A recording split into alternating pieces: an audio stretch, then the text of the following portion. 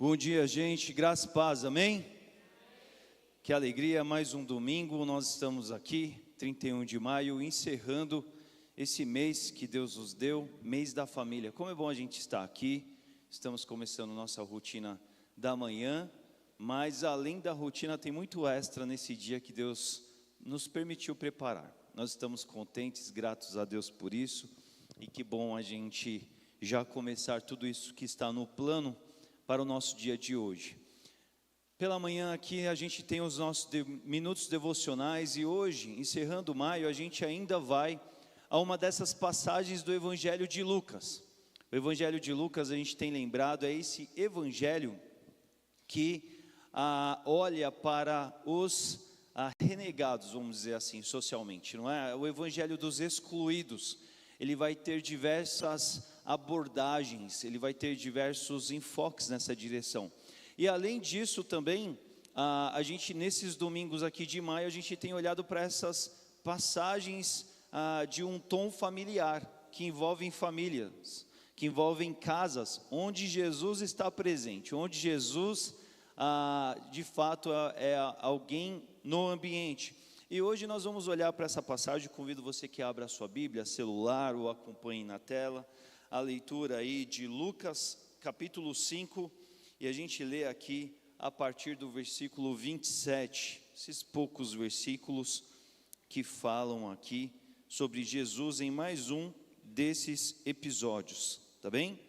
Lucas, capítulo 5, a partir do 27, a gente vai até o versículo 35, e eu leio aqui com vocês na NVI, tá? A nossa versão aqui dessa leitura nessa manhã. Vai dizer assim, tá? O título na NVI, o chamado de Levi. Levi também que é Mateus, não é? A gente também o conhece por Mateus. Vai dizer assim a partir do versículo 27. Depois disso, Jesus saiu e viu um publicano chamado Levi, sentado na coletoria, coletor de impostos. E disse-lhe, siga-me. Levi levantou-se, deixou tudo e o seguiu. Então Levi ofereceu um grande banquete a Jesus em sua casa. Havia muita gente comendo com eles, publicanos e outras pessoas.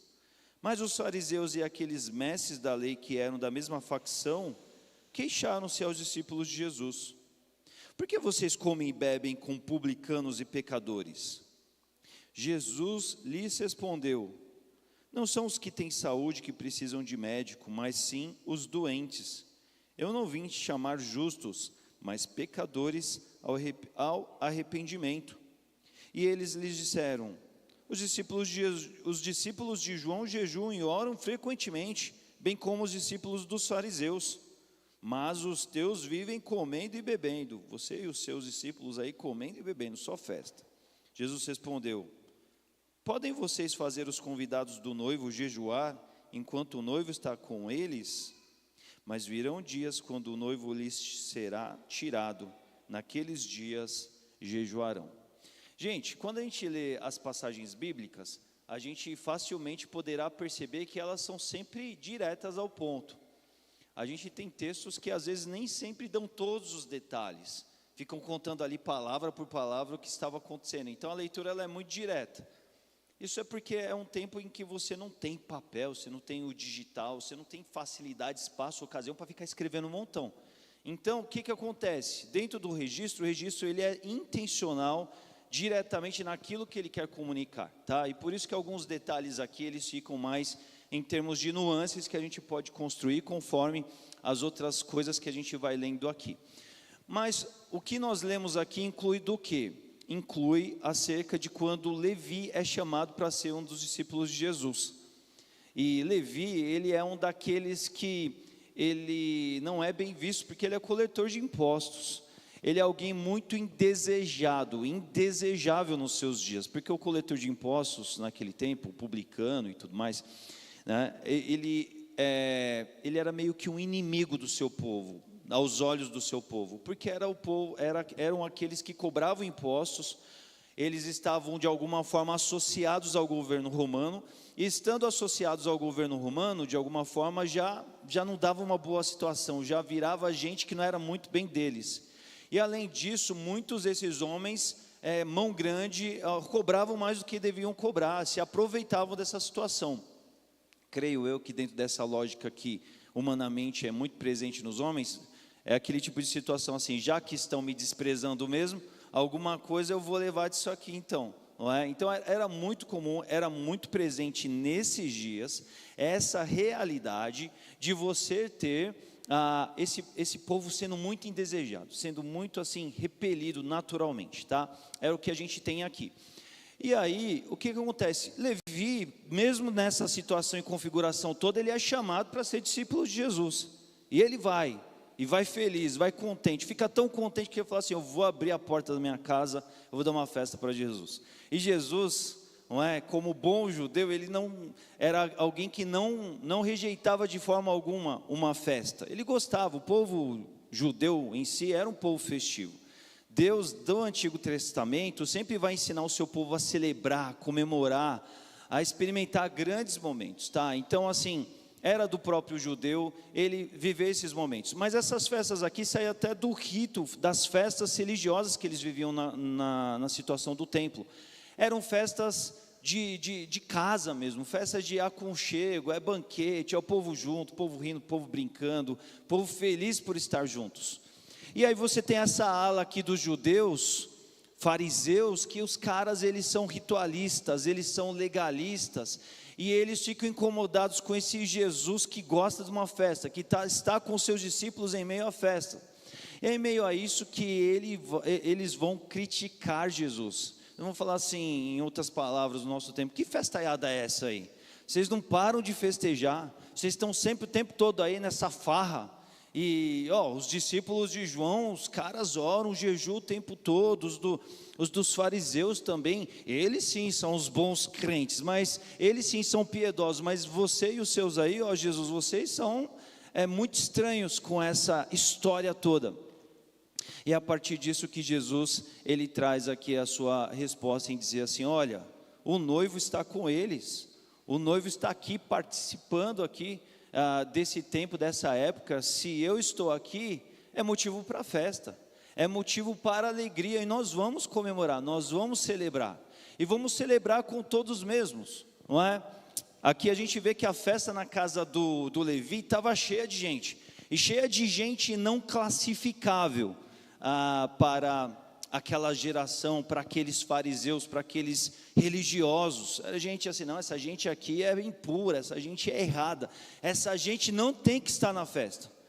Mas Jesus, a partir do seu próprio exemplo, na presença e no acolhimento a esses, ele está comunicando, chegou um novo tempo. O evangelho é para todo que crê, para todo aquele que queira estar com o noivo, para todo aquele que queira abrir a porta das suas casas, para todo aquele que quiser participar bons momentos de devoção, de alegria. Nós vamos comemorar sim, nós vamos comemorar muito, tá? Porque a gente não vai abrir mão desse privilégio, dessa oportunidade, dessa chance. É essa a mensagem que a gente vê entre alguns detalhes que a gente pode ler dessa passagem. E o que a gente aproveita, olhando para esse nosso mês de maio, encerrando o mês da família, olhando o evangelho que olha para todo mundo e pensa na família também, não é? A nossa casa, ela deve ser um lugar de alegria, porque se nós temos Jesus nas nossas vidas e corações, se a gente o reconheceu como Salvador, o Espírito Santo vem morar na nossa vida. O Espírito Santo, ele, por naturalidade, a gente deve pensar que ele vai te levar a uma condução da sua vida, em que você frutifique dele. E qual que é o fruto do Espírito? É rancor, mágoa, treta, briga, pé de guerra? Esse é o fruto do Espírito? É isso que a gente lê lá em Gálatas 5?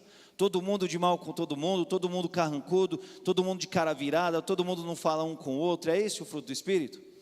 Não, o fruto do Espírito vai dizer, o fruto do Espírito ele é amor, gozo, paz, alegria, benignidade, longanimidade, paciência, domínio próprio, fé. É só coisa boa. Então se Jesus está em casa, se Jesus está na sua vida, e por estar na sua vida está na sua casa, se o Espírito Santo habita a sua vida, a sua casa tem que ser um lugar de alegria, de festa. Às vezes a festa ela vai ser uma festa literal, às vezes a gente vai juntar a família, vai juntar o povo, vai juntar os amigos de Deus da fé, e vai ter sim a pizza, vai ter o bolo, vai ter o guaraná, vai ter o churrascão, e vai ser bom demais. Mas quando esses elementos físicos de festividade não estiverem na nossa casa, independente disso, o nosso ambiente de casa deve ser um ambiente de alegria, deve ser um ambiente de festa, deve ser um ambiente gostoso para se estar junto. Deve ser um ambiente em que os filhos gostem de estar, gostem de caminhar com os pais, gostem de aprender com os pais, gostem de usufruir em todos os seus detalhes, gostem de estar ali, ora brincando ali, porque eles brincam sozinhos, mas eles têm pai e mãe para brincar com eles também, para passar tempo de qualidade com eles. Eles também em alguns momentos terão seus afazeres a fazer, não é? E os pais estarão ali com eles, os ajudando. Mas às vezes pai e mãe vai estar trabalhando e eles vão querer ajudar pai e mãe, e todo mundo entra ali e é cozinhando, é consertando alguma coisa, é reparando alguma coisa, é lavando um carro, e os filhos estão ali participando, porque é gostoso estar junto, é um ambiente de festa. A gente pensa que ambiente de festa, nosso conceito social do nosso tempo é muito assim, você precisa de algumas coisas para ter festa. Então assim, da rua para fora a galera acha, a festa boa tem que ter bebida. Eu fico triste quando eu vou numa festa, eu percebo que o pessoal fica desesperado enquanto não abre a primeira lata, porque é aquela festa assim, não, se a gente não beber, a gente não vai ficar feliz, não vai ficar alegre. Como assim? Você precisa se entorpecer, se embriagar para ficar bem, para curtir o momento com outras pessoas.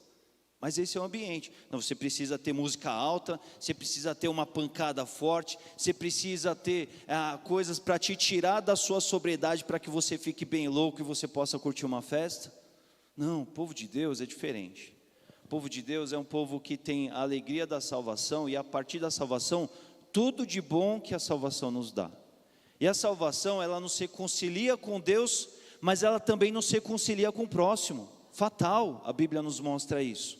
A salvação, ela nos põe em harmonia. Não significa que a gente é perfeito, que a gente não vai brigar, que a gente não vai ter desentendimento. Não, a gente vai ter dificuldade sim. Mas significa, como aquela música que a gente canta algumas vezes também, é muito bonita, que o nosso amor, o nosso vínculo, a nossa história é maior que as nossas dificuldades relacionais. Que aquilo que a gente preserva e conserva tem muito mais peso do que aquilo que relacionalmente nos desafia, e a gente vai ao desafio levemente, porque o dia que tem que conversar, o dia que tem que resenhar, o dia que alguém falou que não devia mais rispidamente, a gente tem um ambiente de diálogo para reparar, para reconciliar, para resgatar o que de alguma forma ali arranhou, porque a gente, acima de tudo, a gente tem um amor, e um amor verdadeiro, o amor que a gente recebeu de Cristo Jesus, o amor que a gente recebeu de Deus o Pai em Cristo, o amor que nos reconciliou com Ele e com todos mais, e nos convoca para amar como Ele nos ama, amar o próximo como Ele nos ensina a amar. Então, a partir de todas essas coisas, nossa casa deve ser um lugar de festa, deve ser um lugar de alegria. E nessa manhã eu convido a você a pensar na sua casa, pense quanta festa tem acontecendo na sua casa. Eu não estou perguntando quanta pizza, quanto churrasco, quanto bolo, quanto guaraná tem acontecido lá, eu estou perguntando assim, o quanto é gostoso estar na sua casa. A minha pergunta é, quanta risada boa tem na sua casa? Sabe aquela risada boa, largada? De um dando risada de uma coisa corriqueira da vida, do dia a dia? Alguma coisa deu muito errado, e 2, 3, 4 pessoas riem, porque é engraçado rir juntos, até daquilo que não dá certo, mas é gostoso, porque você está rindo com alguém que ri com você, com alguém que vive com você, com alguém que gosta de conviver com você. Sabe, alguém que divide uma carga que está pesada, e em casa é o lugar da descompressão, porque você sabe que em casa você vai ter muito o que dizer, muito o que contar, porque você tem alguém ali que vai estar com o ouvido para te apoiar naquilo que você precisa, sabe? É o lugar da interação, é o lugar do gostoso estar ali, é o lugar do refrigério, é o lugar da abstração natural, porque até quando a gente está resolvendo o problema, se a gente está com o time certo, que é uma família boa, gente, tudo fica mais fácil. Em casa deve ser esse ambiente bom, gente. Deve ser esse ambiente bom. E finalizando a minha fala da manhã aqui, é o seguinte também. Daí a gente está olhando para casa, mas a gente sempre tem feito esse exercício de vir olhar a igreja, que é a casa do povo de Deus, não é? A família de Deus, aqui é a família da fé. A igreja tem que ser assim também, não é? E é muito bom a gente viver esse clima de festa, de alegria, de espontaneidade. esse clima de tá gostoso estar aqui juntos, não é? É gostoso. E não é porque é um culto no domingo de manhã. O coral foi cantar lá no Marieta ontem. Pessoal ensaiando adoidado esses dias. Aí eu estou ali na minha sala ali, estou trabalhando ali. Aí essa turminha aqui, eles vêm porque eles vêm acompanhando os pais que vieram para o ensaio, né? É cada risada alta que acontece ali atrás que vocês não fazem noção, entendeu? E às vezes eu nem sei do que eles estão rindo, mas eu rio com eles porque eu falo assim, que gostoso, é todos os irmãozinhos dessa família aqui, da família da fé. Eles gostam, eles são amigos, eles estão crescendo juntos, eles estão resolvendo problemas, eles estão lidando com o dia a dia ordinário que eles têm hoje, não é? Eu pensei no que eu já vou falar na frente, misturei com o que eu estava falando aqui agora. Eles estão vivendo família, enquanto o pessoal está aqui ensaiando, se preparando para um momento bonito de estar numa outra igreja, se apresentando com gosto, louvando a Deus, a família também está junto. Enquanto os adultos estão num cômodo, as crianças estão no outro cômodo vivendo o momento. Enquanto eu estou lá dentro com outros, discipulando, acompanhando, aconselhando, e é tudo família, é tudo a mesma família. Aqui a igreja são vários cômodos, enquanto a gente está aqui, tem um cômodo ali, tem uns ali servindo, uns ali assinando ata, uns ali preparando coisas que vocês vão usufruir daqui a pouco. Tem outros na cozinha cozinhando, botando tempero, botando sal para ficar gostoso, para ficar bem temperadinho. Tem um ali cuidando da bebezinha ali fora. É família, é a casa. A gente precisa olhar a igreja não com esse lugar, o lugar sagrado, o lugar do cultão, o lugar do todo mundo quieto. Não, é família. É por isso que a gente se alegra por estar junto no culto. É por isso que daqui a pouco a gente vai comer um pão de queijo, um pãozinho, um bolo, com a alegria de tomar um café junto. Daqui a pouco a gente vai estar aqui, a assembleia, decidindo coisas, sim, não, a família decidindo juntos, não é? Depois a gente vai aí pegar uma feijoada nesse dia friozinho, vai ser muito bom. A gente vai brincar com as crianças, a gente vai se divertir com as famílias. E família é tudo de bom. E se a família, às vezes, gente, muitas pessoas têm dificuldade com a família, sabe por quê? O que acontece? A gente sabe que humanamente, às vezes, famílias humanas trazem más experiências. Tem famílias humanas que têm muitos problemas. E tem muita gente que, por conta de ter problema na sua família humana, começa a ter aquela sensação de que família não é uma coisa boa. Família é uma coisa ruim. E é nisso que a gente chama você também a repensar a sua visão da coisa, da história. Deus criou a família. O Deus da bondade criou a família. Deus criou uma coisa boa. Deus gosta de família. Deus nos ensina a viver família lá em casa. Deus chama teu povo para vir para a igreja viver uma família aqui. E quando a gente tiver dificuldade nesse aspecto, a gente deve orar pela nossa família em casa e deve vir viver um novo conceito de família com a família da fé. Puxa, às vezes você pode estar vivendo muita solidão na sua casa, de alguma maneira, por questões que aconteceram. Isso acontece, os homens são falhos. Ore pela sua família, mas venha ser agregado aqui nessa casa, que tem espaço para todo mundo. Uma família boa, tem cadeira para todo mundo, né? E o dia que não dá porque tem festa, a gente aluga porque todo mundo tem lugar nessa festa aqui, nessa casa de Deus, tá? Então assim, lembrem-se de família com a melhor memória, com a melhor lembrança, com a melhor alegria. Viva a família com alegria na sua casa. E viva a festa, viva a alegria com a família do povo de Deus o tempo todo, de segunda a segunda também. Amém? Deus abençoe a cada um.